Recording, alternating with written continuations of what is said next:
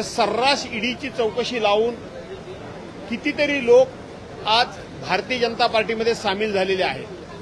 आज जर आपण बघितलं तर रवींद्र वायकरांची अवस्था तीच, अर्जुन खोतकरांची अवस्था तीच, भावना गवळींची अवस्था तीच, प्रताप सरनाईकांची अवस्था देखील तीच. डावे म्हणजे ह्यांच्या कुठल्याही कृतीला, कुठल्याही कार्यक्रमाला, कुठल्याही विचाराला विरोध करतील ते डावे आणि यांच्या बाजूनं जे उभे राहतील ते उजवे. मग ज्याच्यामध्ये तुम्ही म्हणता तसं कर्नल पुरोहित असतील, नाहीतर पाकिस्तानला माहिती पुरवणारे. असं आहे की आज महाराष्ट्र विधानसभा विधेयक क्रमांक 33 2024 हे आज चर्चेकरता आणि मंजुरीकरता आजच्या कार्यक्रम पत्रिकेवर दाखवण्यात आलेलं आहे. खरं सांगायला गेलं तर हे 2024ला विधेयक मांडलं गेलं होतं आणि त्याच वेळेला आम्ही ह्या विधेयकाच्या हेतूबद्दल, सरकारच्या हेतूबद्दल त्याच वेळेला आम्ही शंका उपस्थित केली होती आणि ज्या वेळेला दोन्ही सभागृहाची संयुक्त समिती नेमली गेली त्या समितीमध्ये मी देखील एक सदस्य होतो आणि पहिल्याच मीटिंगमध्ये आपण एक अतिशय खुलासेवार विधेयकातील प्रत्येक क्लॉजवर, प्रत्येक मुद्द्यावर क्लॉज बाय क्लॉज सरकारचा हा हेतू आणण्यामध्ये विरोधकांचा आवाज दाबणं, विरोधकांना घटनेनं दिलेले अधिकार आहेत ते अधिकार हिरावून घेणं आणि स्वतःचा राजकीय उद्देश साध्य करणं आणि जो कोणी त्यांना वाटेल तो शहरी नक्षलवादी.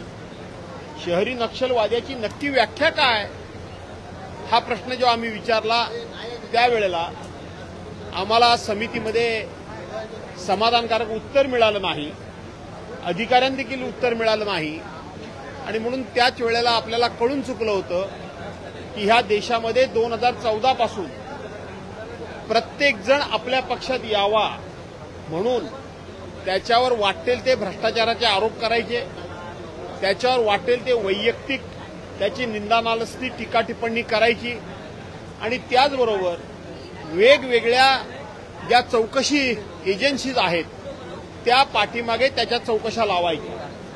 आपल्या देशामध्ये आणि राज्यामध्ये अनेक उदाहरणं आहेत.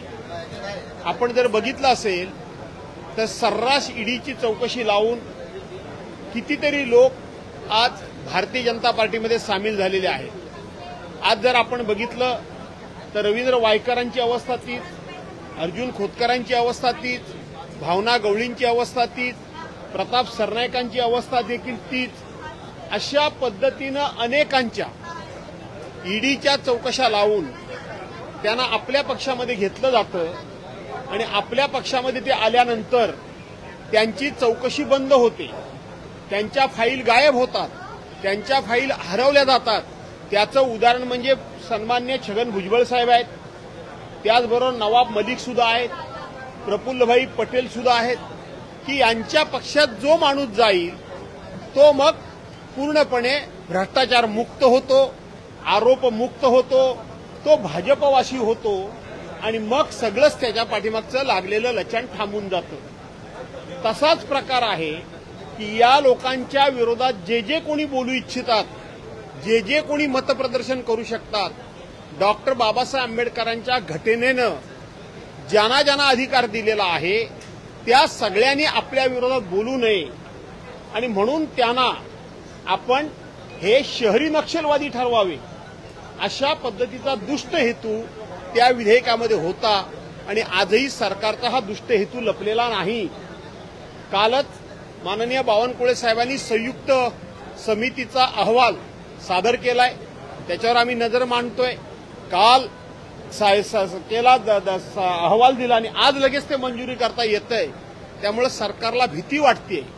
कोणाकोणाला हे अडचणीत आणू इच्छितात तर हे आणू इच्छितात, ॲडव्होकेट आसिम सरोदेना आणू इच्छितात, त्या ठिकाणी निखिल वागळेंना आणू इच्छितात, विश्वंभर चौधरींना आणू इच्छितात, निरंजन टकलेंना आणू इच्छितात, मुक्ता कदमना आणू इच्छितात, आमचे अनिश गाढवेंना आणू इच्छितात, रवींद्र पोखरकरना आणू इच्छितात.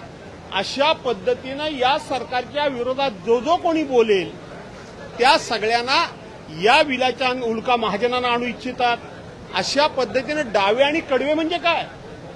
त्यावेळेला आम्ही प्रश्न विचारला होता की शहरी नक्षलवाद, तुम्ही जनसुरक्षा योजना असं नाव फार गोंडच दिलंय, पण आतमध्ये व्याख्या करताना शहरी नक्षलवाद, शहरी नक्षलवादाची व्याख्या काय, ती व्याख्या त्यांना सांगता आली नाही.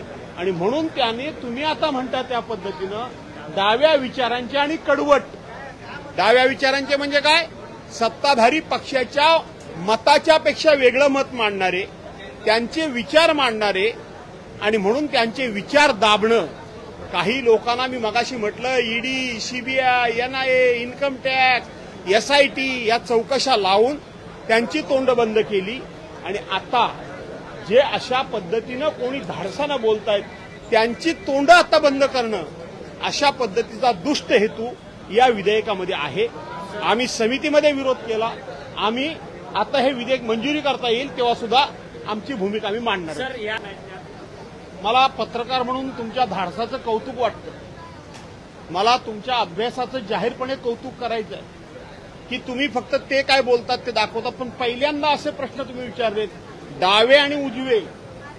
डावे म्हणजे ह्यांच्या कुठल्याही कृतीला, कुठल्याही कार्यक्रमाला, कुठल्याही विचाराला विरोध करतील ते डावे, आणि यांच्या बाजूनं जे उभे राहतील ते उजवे.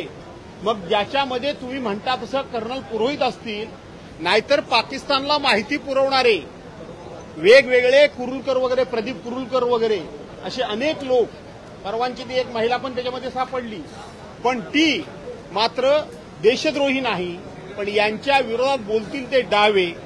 जसं त्यावेळेला शहरी नक्षलवादाची व्याख्या ते करू शकले नाहीत, त्याच पद्धतीनं ते डावे डावे म्हणून शेवटी शब्द बदलला, शब्द छल केला, पण मनातलं पाप हे सरकारच्या मनामधलं लपलेलं नाही. त्याचा कुठेतरी विरोधकांना असं पहिलं विधेयक आहे, ठराविक मुदतीकरता त्या ठिकाणी पब्लिक डोमेनमध्ये त्याला पाठवण्यात आलं. लोकांचं म्हणणं काय आहे, लोकांचे ऑब्जेक्शन सजेशन्स काय आहे, हे ज्यावेळेला जाहीर केलं, आणि तेही कसं केलं थोडं सांगतो तुम्हाला विस्तारनं. ते कसं केलं तर त्याची एवढीशी जाहिरात दिली, आणि रोज ह्यांच्या जाहिराती पान-पानभर, ते 3-4 चेहरे किळसवाने, आणि हातामध्ये ती पुस्तकं, आणि रोज जाहिराती. पण हे पब्लिकशी संबंधित जाहिरात ही छोटी छोटीशी एवढीशी दिली, आणि म्हणून तरी सुद्धा 13,000च्या आसपास हरकती आल्या, लोकांच्या सूचना आल्या, विरोध आले. इतका भयानक विरोध या विधेयकाला असताना सुद्धा सरकार आपला राजकीय हेतू साध्य करण्याकरता, विरोधकांचा आवाज दाबण्याकरता हे विधेयक आणते. ओके, धन्यवाद.